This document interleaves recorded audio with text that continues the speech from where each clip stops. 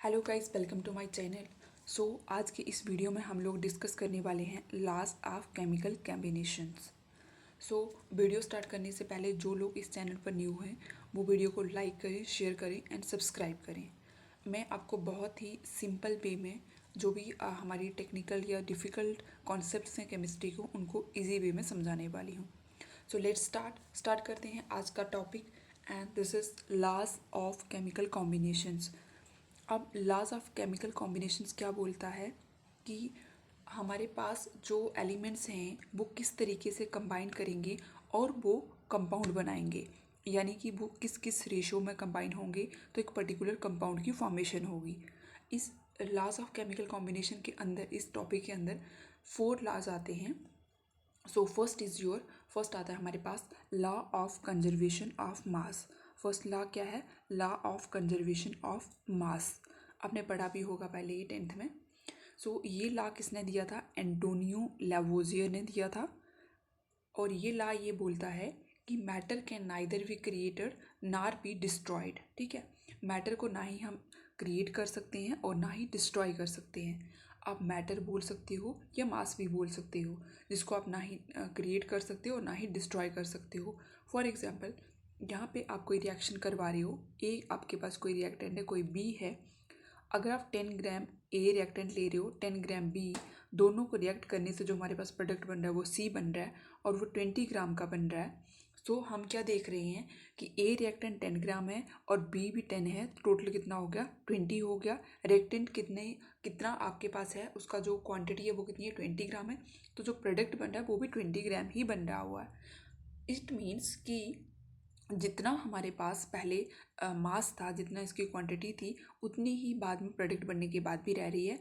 We can say that कि जो हमारे पास मैटर होता है या मास can neither be created nor be destroyed. ठीक है, सेकेंड एग्जाम्पल लेते हैं हम लोग, जिसमें क्या है हमारे पास H2 + Cl2 की एग्जाम्पल ली है मैंने।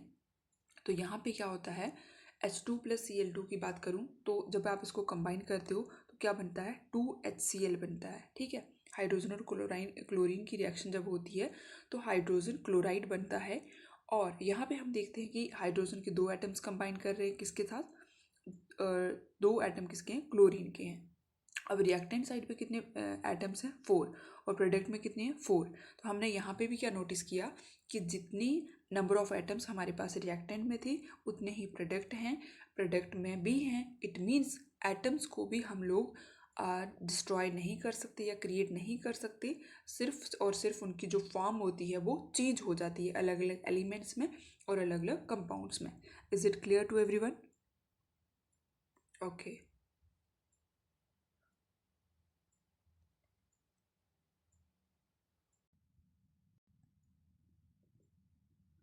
अब हमारे पास जो आज सेकेंड लॉ आता है, this is law of constant या फिर फिक्स्ड प्रपोर्शन। ठीक है, तो ये लॉ क्या बोलता है? ये लॉ हमें ये बताता है कि जब भी हमारे पास कोई कंपाउंड होगा, for example copper carbonate. Actually ये जो लॉ है ये किसने दिया था? जोसेफ एल प्राउस ने दिया था। और वो क्या कर रहे थे? एक कंपाउंड पे काम कर रहे थे जिसका नाम था कॉपर कार्बोनेट, CuCO3, जिस पे वो काम कर रहे थे।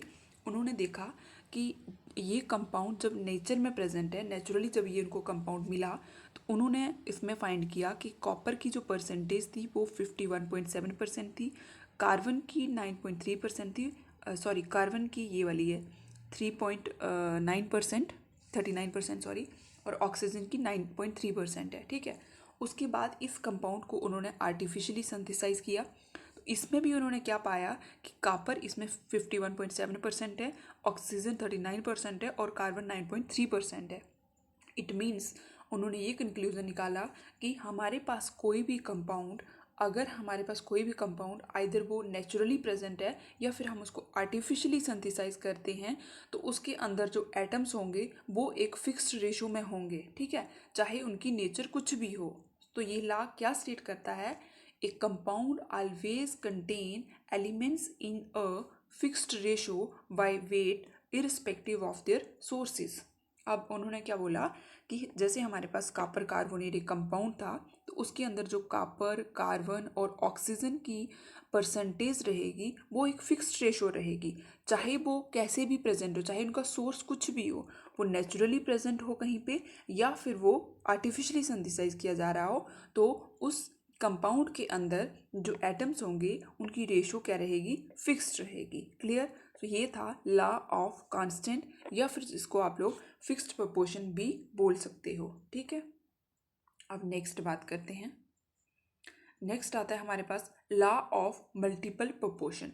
लॉ ऑफ मल्टीपल प्रोपोर्शन क्या बोलता है, ये जो लॉ है ये किसने दे रखा है, ये दिया है डाल्टन ने, और कब दिया है, 1803 में दिया है। ठीक है, इसमें बताया गया है when two or more elements combine to form more than one compound, then mass of one element combined with fixed mass of another element is always in a simple ratio।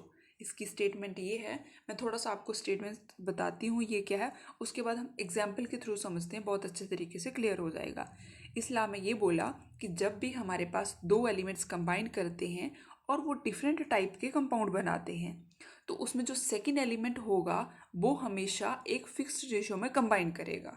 ठीक है, क्लियर। हम next देखते हैं क्या बोलता है ये, example के थ्रू मैं आपको बताती हूँ कैसे। ये है हमारे पास एग्जाम्पल,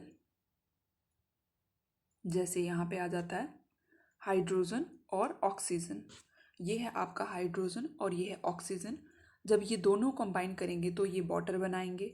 अगर मैं इन्हीं हाइड्रोजन और ऑक्सीजन को कंबाइन करवाऊँ तो ये हाइड्रोजन परऑक्साइड भी बनाते हैं। अब हम यहाँ पे क्या देखते हैं कि हाइड्रोजन यहाँ पे 2 ग्राम है, ऑक्सीजन 16 ग्राम है, और जो वाटर बनेगा वो कितना बनेगा, 18 ग्राम बन रहा है। दूसरी एग्जाम्पल में हमारे पास जो हाइड्रोजन है वो 2 ग्राम है, ऑक्सीजन 32 ग्राम है, और यहाँ पे जो हाइड्रोजन परऑक्साइड बन रहा है ये कितना बन रहा है, 34 ग्राम बन रहा है। अब यहाँ पे देखो हाइड्रोजन जो है यहाँ पे भी 2 ग्राम है, और सेकेंड वाली एग्जाम्पल में हाइड्रोजन 2 ग्राम है, लेकिन जो सेकेंड वाली एलिमेंट है कौन सा वाला, ऑक्सीजन, 1 सेकेंड, जो हमारे पास ऑक्सीजन है,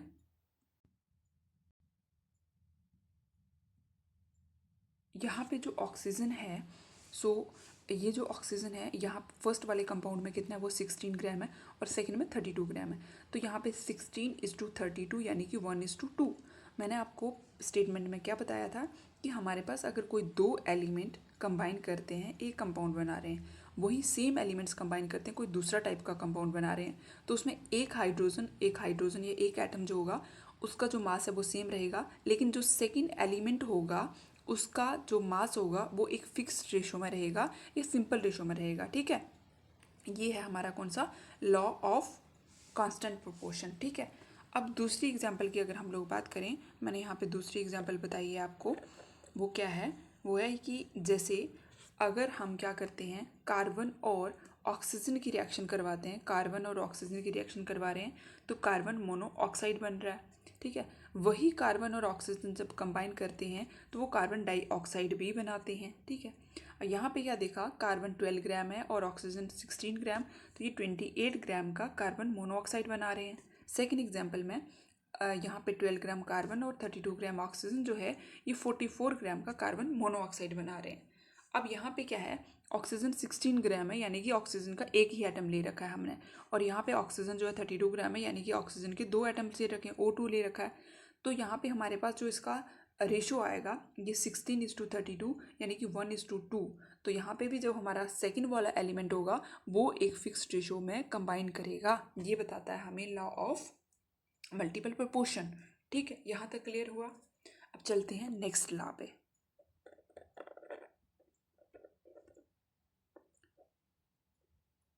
नेक्स्ट लॉ जो है हमारा वो आता है गे-लुसाक लॉ। ठीक है, अब गे-लुसाक लॉ की 1 सेकेंड,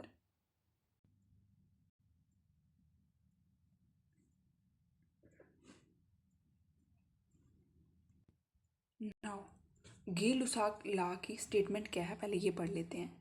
ये बोलता है when two gases combine to form compound then their volume are always in simple ratio। ठीक है, ये लॉ जो है, ये लॉ एक स्पेशल केस है किसका, लॉ ऑफ कांस्टेंट प्रोपोर्शन का। जैसे हमने वहाँ पे पढ़ा था कि जब भी दो कोई एलिमेंट्स कंबाइन करेंगे तो वो हमेशा सिंपल रेशो में कंबाइन करेंगे, ठीक है। तो यहाँ पे ये बोलता है कि जब भी हमारे पास गैसेस कंबाइन करेंगी और कंपाउंड बनाएंगी तो उनका जो वॉल्यूम होगा वो हमेशा सिंपल रेशो में रहेगा, ठीक है। अब ये जो गे-लुसाक लॉ है ये गैसेस के लिए एप्लीकेबल है, बट यू जो हमारे पास लॉ ऑफ कांस्टेंट प्रोपोर्शन था वो सिर्फ और सिर्फ सॉलिड के लिए एप्लीकेबल था। अब एग्जाम्पल के थ्रू इसको समझते हैं। गे-लुसाक लॉ क्या बोलता है कि जब हमारे पास गैसेस कंबाइन करती हैं, हम एग्जाम्पल लेते हैं किसकी, हाइड्रोजन और ऑक्सीजन की। यहाँ पे हमारे पास हाइड्रोजन है और ये ऑक्सीजन है। ये हमने 100 ml लिया और ये 50 ml लिया, दोनों कंबाइन करेंगे तो क्या बनाएंगे, वाटर बनाएंगे। अब यहाँ पे ये 100 ml है और ये 50 ml है। अब अगर इनकी मैं रेशो निकालूंगी तो वो कितनी आएगी, 2:1 आएगी। जब ये 2:1 की रेशो में कंबाइन करेंगे तभी वाटर बनेगा। और यही बोलता है गे-लुसाक लॉ कि जब भी आप कोई गैसेस को कंबाइन करोगे तो उनकी जो रेशो होगी वो हमेशा सिंपल रेशो में कंबाइन करेंगे और किसी कंपाउंड की फॉर्मेशन करेंगे। ये है हमारे पास कौन सा लॉ, गे-लुसाक लॉ। क्लियर यहाँ तक। अब नेक्स्ट और जो आपका लास्ट लॉ आता है, fifth law, that is the Avogadro's law. और एवोगैड्रो लॉ हमें क्या बताता है, हम इसकी स्टेटमेंट पढ़ लेते हैं पहले। एवोगैड्रो लॉ क्या बोलता है फिर देखते हैं। ये बोलता है equal volume of all gases under similar condition. Similar condition यानी कि टेम्परेचर प्रेशर को हमें सेम रखना है, तो उसमें इक्वल नंबर ऑफ मॉलिक्यूल्स होंगे चाहे गैसेस की कोई भी टाइप हो। क्या बोलता है कि इक्वल वॉल्यूम अगर हम गैसेस का लेंगे और अगर कंडीशंस को सेम रखेंगे, टेम्परेचर प्रेशर को सेम रखेंगे, तो उसमें जो मॉलिक्यूल्स होंगे उनका नंबर भी इक्वल होगा, चाहे वो कोई भी गैस हो, हाइड्रोजन हो, ऑक्सीजन हो। तो अगर हम उनका वॉल्यूम सेम लेंगे तो उसके अंदर जो नंबर ऑफ मॉलिक्यूल्स होंगे वो भी सेम होंगे। ये कौन बोलता है, एवोगैड्रोस लॉ। ये जस्ट इंट्रोडक्शन है, इसको नेक्स्ट हम और अच्छे से पढ़ेंगे नेक्स्ट आने वाले टॉपिक्स में, ठीक है। अब एग्जाम्पल देखते हैं इसकी। ये बोलता है फॉर एग्जाम्पल हमारे पास क्या आता है, आपने क्या लिया, हाइड्रोजन लिया और ठीक है, हाइड्रोजन लिया, हाइड्रोजन 1 वॉल्यूम लिया। उसके बाद यहाँ पे मैंने एक और वॉल्यूम लिया हाइड्रोजन का, और यानी कि यहाँ पे मैंने 2 हाइड्रोजन के एटम लिए हुए हैं, और यहाँ पे एक ऑक्सीजन का हमने एटम लिया है, उसका 1 वॉल्यूम है, और 100 ml होगा, ये भी 100 ml है और ये भी 100 ml है, ठीक है। जब ये कंबाइन करेंगे तो यहाँ पे 2 वॉल्यूम वाटर का बनेगा। अगर वॉल्यूम 2 है तो हमारे पास 200 ml इसकी वैल्यू भी आएगी। अब इसने क्या बोला है, अगर 1 वॉल्यूम हाइड्रोजन है या 100 ml हाइड्रोजन है तो उसके अंदर 1,00,000 मॉलिक्यूल होंगे। अब अगर हमारे पास हाइड्रोजन ऑक्सीजन का भी 100 ml वॉल्यूम है तो उसके अंदर भी 1,00,000 मॉलिक्यूल होंगे। इवन कि हाइड्रोजन और ऑक्सीजन की जो नेचर है वो डिफरेंट है, वो मैटर नहीं करता। मैटर करेगा कि अगर उनका वॉल्यूम इक्वल है और कंडीशन टेम्परेचर प्रेशर सेम है तो उनके अंदर जो मॉलिक्यूल होंगे वो भी सेम होंगे। वैसे ही यहाँ पे अगर हमने 2 वॉल्यूम वाटर लिया हुआ है, 200 ml लिया हुआ है, तो उसके अंदर जो मॉलिक्यूल हो जाएंगे वो कितने हो जाएंगे, 2,00,000 मॉलिक्यूल आ जाएंगे। क्लियर। ये था एवोगैड्रो लॉ, और इसके साथ ही हमारा कंप्लीट होता है कौन सा, लॉ ऑफ केमिकल कॉम्बिनेशन जो टॉपिक है वो कंप्लीट होता है। तो वीडियो कैसी लगी कमेंट करके ज़रूर बताएं। सो आज इतना ही रखते हैं, मिलते हैं नेक्स्ट वीडियो में। Till then take care, bye bye.